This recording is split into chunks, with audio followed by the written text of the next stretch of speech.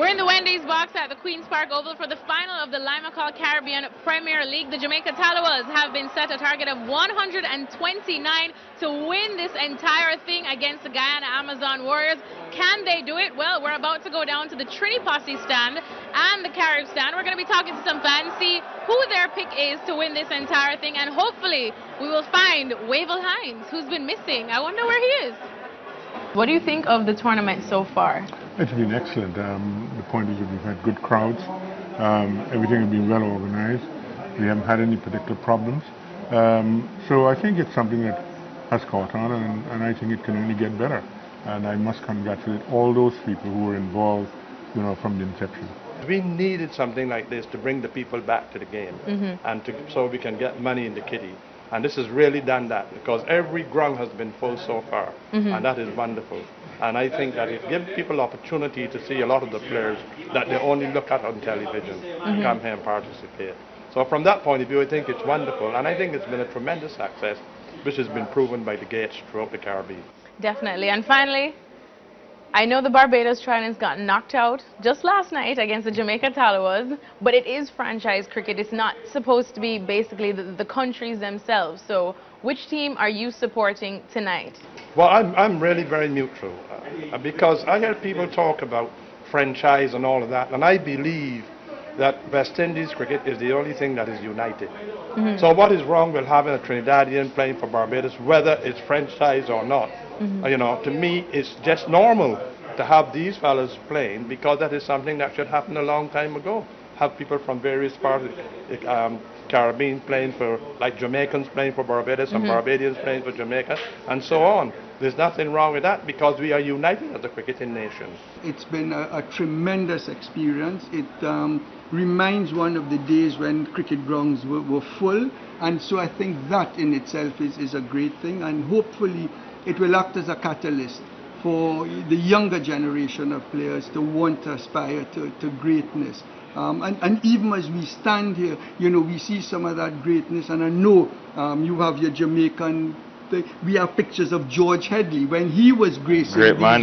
As well. So it's really West Indian. So yes, you're probably supporting the Talawas. I've supported the Red Steel. But at the end of the day, we are just happy to see good cricket, and we want to see those players of the past emulated and the legacy of West Indies cricket carried on. The atmosphere, the crowds that have turned up throughout the region really shows that West Indian fans still love cricket.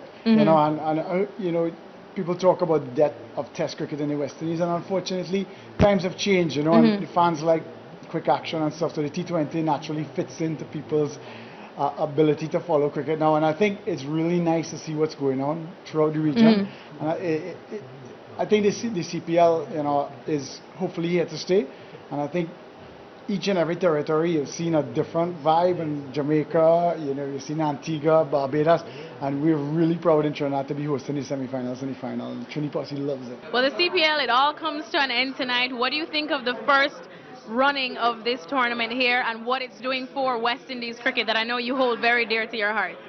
Well, I'm happy for it, of course, and I'm happy that the people have supported this tournament very well. I don't believe that the organizers had any thoughts that it would have been so well supported, and it's just great. All the matches really have been excellently supported, and I think it's good for the Caribbean. I just hope that we can mature, not just as the T20 nation or stays in this other Caribbean T20, but developing cricket and developing our youngsters for the longer version game as well too. Unfortunately, I don't think T20 will actually do that, but at least there's a start. The people are coming out to watch cricket again, which is good, and that's what we wanted. Unfortunately, it didn't happen during the early part of this year when we had the Tri-Nation tournament and the Test series. But now you can see what's happening. The people are hungry for cricket. They want a result. They want entertainment. And this is exactly what the T20 brings to the table. Okay, so look who I found in the crowd. It is Mervyn Dillon. Mervs, now I know you're taking in the final, but which team were you supporting in this Caribbean Premier League? Well, of course, my team, my home team, Trinidad. But with the two teams here, what I'm supporting, good cricket. But it's been good, and I think with the cricket that you've seen, these all stakeholders, these are patting it back, because it's been a resounding success. So. All right. Well, a lot of people have been praising the Caribbean Premier League for what it's doing for West Indies cricket, but a lot of the legends actually think it might kill Test cricket, which is something that the West Indies still want to, you know, establish their name in again, given the history. What do you think? What's your opinion on this? I mean, it has its pros and its cons, but like I said, this is where cricket is at. If you look at the crowd and the support that the people coming out to see the cricket, you would understand that this is where cricket is heading. I don't think it's going to destroy Test cricket at all. I think because when you look at, you know, the top players, they still want to play Test cricket. That's what they want to do. But the T20 cricket is definitely where, you know, everybody wants to see it. It brings the crowd. And again, the fan base is excellent, so you can't complain. Breaking news, everybody. Look who I finally found. Wayne Hines, and guess where I found him? In the Trini Posse stand, obviously, here at the Queen's Park Oval. Waves, the home team crashed out in the semifinals. It's the Jamaica Talawas against the Guyana Amazon Warriors. But what do you make of the vibe from the local Trinbagonians, despite the fact that their team isn't in the final?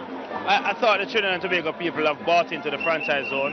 They have certainly come out to impress and to support cricket. Trinidad and Tobago's Red Steel is not in the finals, but the support for cricket is very good. Lots of people outside can't get in, and the stadium is booming. And Alexis and I, we're in the Trini Posse, while Simon is sat at home. I know, Simon's at home and he's going to kill us as soon as we get back bright and early Monday morning. Anyways, Waves, so the target for the Jamaica Talawas is 129. A pretty reachable target, you are saying, given the likes of Chris Gayle and Kumar Sangakkara. But the thing is, Chris Gayle hasn't really performed as yet in terms of his IPL state or form that we have seen in the Caribbean Premier League. Do you think this is the night, given it's the final, that he will finally show up? Well, I never write off Chris Gayle. I've known him too long to write him off. I'm sure Chris is trying to play that captain's knock, see the team through. The team won a semi-final game in a very good way, but I'm sure that Chris Gayle will not want to leave it to anyone else and want to make sure that this game is led by him, won by him, and that the Talawas will take it home. Having said that, Ramnaresh Sawan have won T20 competition before for Guyana, twice, and I've got lots of internationals in his team who are pretty experienced, so it's all for everyone, it's open, and we should be in for a treat in the next 7 or 8 overs, so quite an interesting game to go. Yes, well, I know that your team, of course, is the Antigua Hawksbills. Unfortunately, they're not here. Neither is Simon's team, Abe, and neither is my team, the Red Steel. But does this mean that you're going to cheer for your hometown team, the Jamaica Talawas? Well, given my position, Alexis, I represent all players. I take no side in the matter. I want to see good cricket. I want to see the CPL flourish. I want to see Chris Gayle, Ramnaresh Sawan, and those guys lead their troop. And I'm sure the Trini fans and I wouldn't mind a super over to see where it goes. So it's nice time. You hear the sounds in the background. It's festive mode. As I said before, Simon Crossgale, you're not here. So sorry, big boss. Odie. Abe. So, Simon, guess what? We're just going to close it out this way. Wavell and I are going to go lime a little bit, right? Of course. A few more drinks. Odie, Simon, see ya. We'll have one for you, lad. Jamaica's come from nowhere. As I told them yesterday, I said Barbados started very hot. They win the first 4. They cooled off. Jamaica didn't do too well early on, but they have the momentum. Yes. And having the momentum, I thought Jamaica was going to pull it off. You think Jamaica's going to? I don't know about the finals because Guyana is playing very well. Yes. You know, I think it's going to be a good one. I think it's going to be very good. But if you had to pick one, who are you going to give the slight edge to? You've got some Sri Lankans that have come in. I would give the edge to Jamaica. But Chris have to make some runs at some time. And I believe that this will probably be the time. And if he make runs, then Jamaica would win. Well, a cricket party would not be complete without the great Danny Morrison. I'm a huge fan, Danny. What do you think of the Caribbean Premier League so far now that you're a part of it? I think it's been extraordinary, to be honest. And I tell you what, I mean, packed houses, atmosphere. I said CPL, C stands for Carnival, P stands for Passion, and L stands for I'm loving it to bits and pieces. I do. I will be back in a heartbeat to this region because, I mean, outstanding people doing outstanding things on your TV. It's brilliant. And it's not just because of the dancing girls, right? It's because of you, Alexis. That's why I'm coming back. Look at that, great. But if you could change one thing about the CPL for next year, what would it be? Changing, probably the obvious only thing is you want to get some bigger names, some big names. The Sri Lankans came because their own Sri Lankan Premier League couldn't get off the ground this year. So maybe just a couple of other big names from around the globe. It's funny, isn't it? The Indians, they don't tend to release them, which is a real shame. It'd be great seeing a couple of big names, star Indians here. But look, if they don't want to come to the party, more the merrier for us. I think it was a very well executed tournament. Everything went well in terms of the marketing. The crowd response was fantastic. I think the 2014 planning committee would perhaps look a bit more carefully at the players that they would select in terms of international players, because that might have been just the letdown. We didn't see the best of Ricky Ponting. We didn't see the best of Ross Taylor, Albie Morkel, and Herschel Gibbs. It was a big letdown for the Slushie Zooks. So if anything, perhaps just looking at getting some bigger international names. But the best names have been the West Indies players. You know, we saw well Chris Gill has played, Andre Russell, Sunil Narain.